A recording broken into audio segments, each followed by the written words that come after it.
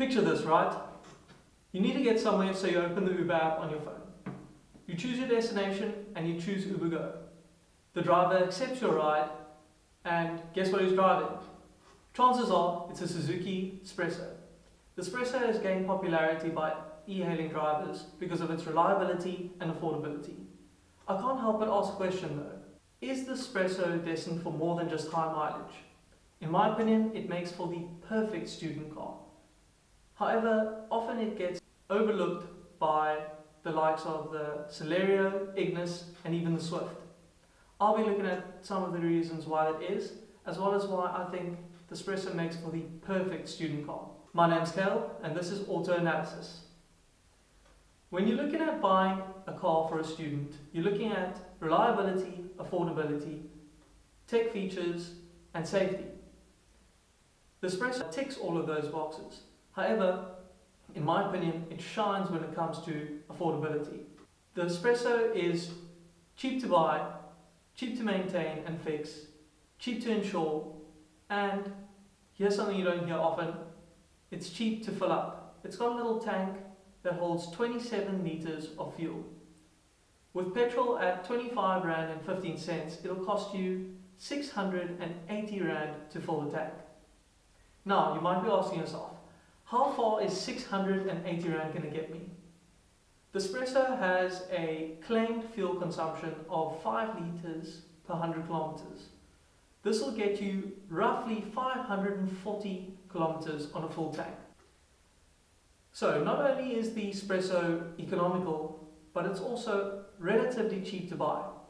It's got a starting price of 178,900 Rand, and the top of the range comes in at 203,900 Rand.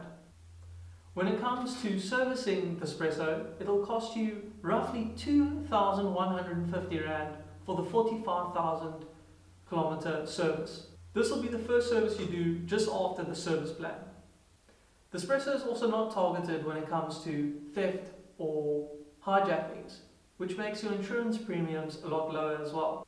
In terms of reliability, Suzuki has gained quite a reputation for producing reliable cars. The S-presso is no exception to this rule. It's powered by a little 1 litre 3-cylinder naturally aspirated engine. Parts are readily available, and you'll find many places that are willing to service this car. Now, to get to the fun bit, safety features and tech.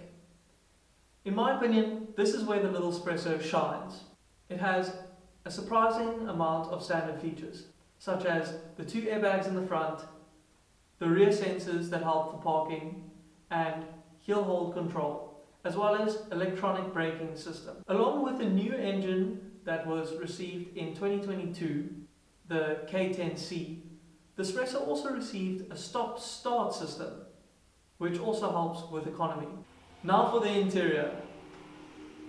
The bottom of the range doesn't come with a radio, but an aftermarket one can be fitted. However, the mid-range comes with a 7-inch infotainment screen.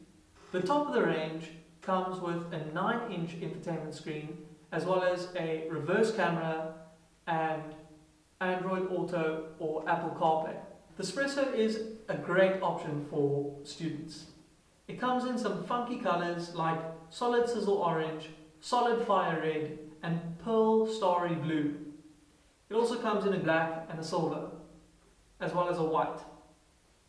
The trouble comes in that the price range that the S-presso comes in at often overlaps with other cars. My argument is that for the same price as you might buy one of those other cars such as the Swift, you will get a S-presso with many more features.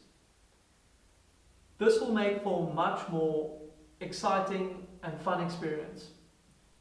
When I spoke to the salesman at Suzuki, they all mentioned that the main reason why people opt for the other options rather than the S-presso is because it is seen as an Uber car. This turns buyers away from the S-presso and makes them more likely to opt for the Celerio or the Ignis or even the Swift. If you can look past the fact that it's often used as an Uber car and look at really what you get for the price, the S-presso offers really good bang for its buck and can be a really fun car for students.